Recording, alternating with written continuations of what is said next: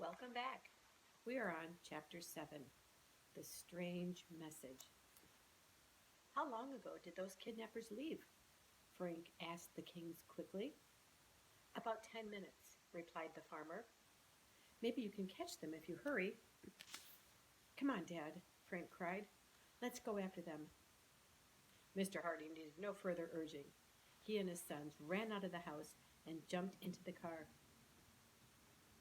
That's rough stuff, Joe said to his father as they turned onto the shore road. Barging in a house, tying up the owners, and kidnapping a guy? Yes, Mr. Hardy agreed. It looks as though your friend Jones is mixed up in some kind of racket. Those men must have been pretty desperate to risk breaking into an occupied house. The boy's father was unable to follow the tracks of the car from the tread marks in the dusty road.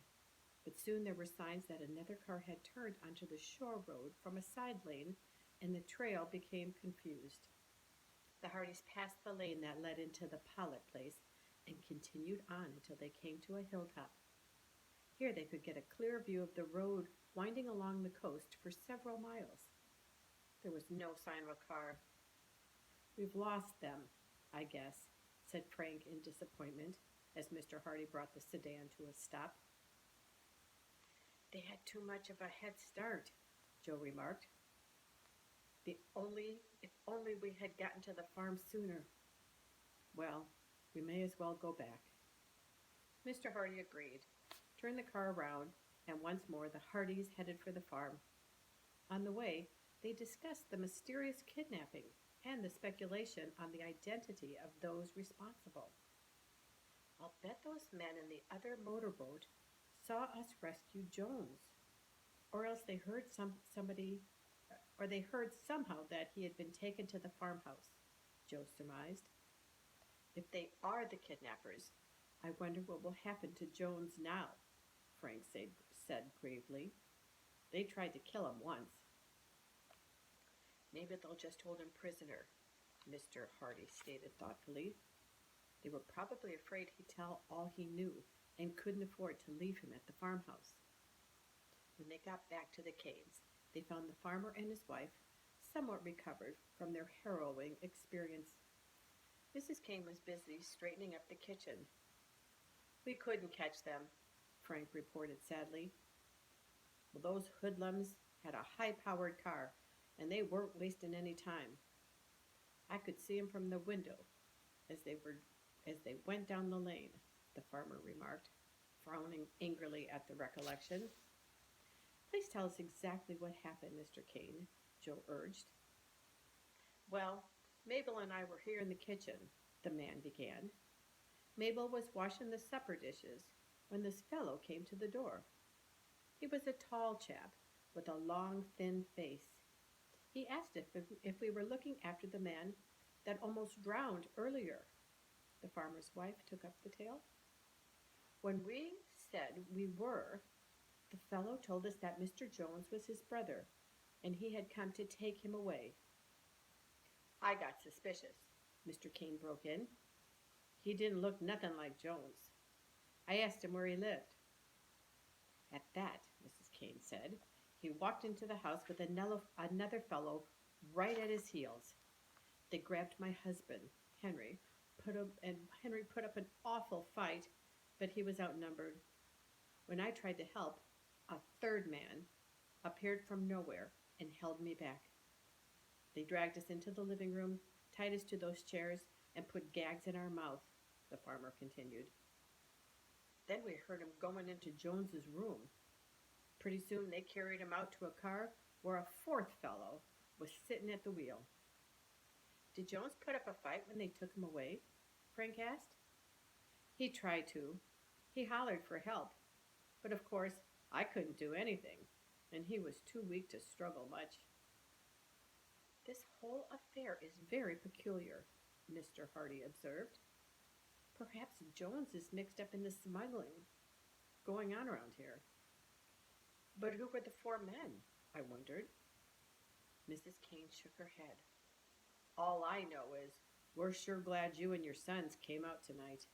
There's no telling how long we would have been tied up there before someone found us. We're glad, too, that we got here, Frank replied. You folks say your name's Hardy? Said the farmer. Any relation to Fenton Hardy? Right here, the detective smiled. Pleasure to know you, exclaimed Kane heartily, putting out his hand. If anyone can get to the bottom of this business, you can. I'll certainly try, the boy's father promised. The Hardys bade the farmer and his wife goodbye. They promised to call again at the Kane farm as soon as they had further information, and Mr. Kane, in turn, said he would notify them if he found any trace of Jones or his kidnappers. When they returned home, the boys followed their father into the study. What do you make of all this, Dad? Joe asked. Mr. Hardy sat down at his desk. He closed his eyes and leaned back in the chair for a few minutes without speaking. I have only one theory, he said at last. The kidnappers probably are Snapman's friends. That means you boys may have uncovered the fact that there is a whole gang of smugglers around here. The boys were pleased with their progress. What do we do next, Dad? Joe asked eagerly. I want to evaluate this case from every angle, their father replied. I'll think about it and talk to you later. With this, the boys had to be content for the rest of the weekend. When the brothers came downstairs Monday morning, Mr. Hardy was putting their breakfast on the table. In answer to the boys' inquiries, she replied, your father went out early this morning in the car. He didn't say when he would return, but your dad didn't take a bag with him, so he'll probably be back today. Mrs. Hardy was accustomed to her husband's comings and goings at odd hours in connection with the profession, and she had learned not to ask questions. Frank and Joe were disappointed. They had looked forward to resuming a discussion of the case with their father. I guess we're left on our own again to try to figure out something about those smugglers, Frank remarked, and Joe agreed. Later, when they reached Bayport High School, the brothers saw Iola Morton standing on the front steps. With pretty, dark-haired Iola was her best friend Callie Shaw. Callie, a blonde, vivacious, brown-eyed girl, was Frank's favorite among the girls in his class. How are the ghost hunters this morning? She asked with a mischievous smile. Iola told me about your adventures on Saturday. Chet was really scared, Iola chimed in. I think somebody played a good joke on all of you. Well, whoever it was had better return the telescope eyepieces and our motorcycle tools, Joe said defiantly. But as the day wore on and none of their classmates teased them or brought up the subject, the Hardys became convinced that the ghost had been serious and not just playing pranks. It was no joke, Joe said to Frank on the way home. If any of the fellows at school had done it, they would have been kidding us plenty by now. Right, Frank agreed. Joe, do you think the smugglers had anything to do with what happened at the Pollock place? That's a thought, exclaimed Joe. That the house on the cliff would be a great hideout.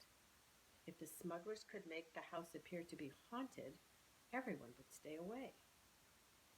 I wish Dad would get home so we could take up this idea with him, Frank said thoughtfully. But Mr. Hardy did not come home that day. He had often been away for varying lengths of time without sending word, but on this occasion, since he had not taken a bag, the boys felt uneasy. Let's not worry Mother about this, Frank said. But if Dad's not back by Wednesday, at the latest, I think we should do some inquiring. Maybe Pretzel Pete will be able to help us. Joe agreed. Wednesday was the start of their summer vacation, and they could give full time to trying to locate their father. On Tuesday afternoon, the mystery of Mr. Hardy's absence took a strange turn. Frank and Joe came home from school to to find their mother seated in the living room, carefully examining a note that she evidently had just received. "Come here, boys," Mrs. Hardy said in an apprehensive tone. "Look at this and tell me what you think." She handed the note to Frank. "What is it?" he asked quickly. "Word from Dad?" "It's supposed to be." The boys read the note. It was typed on a torn sheet of paper, and the signature looked like Fenton Hardy's. It read, "I won't be home for several days. Don't worry. Fenton." That was all. There was nothing to indicate where the detective was, nothing to show when the note had been written. "When did you get this, Mother?" asked Frank. "It came in the afternoon mail." It was addressed to me, and the envelope had a Bayport postmark. "Why are you worried?" Joe asked. "At least we've heard from Dad." "But I'm not sure he sent the note." "What do you mean?"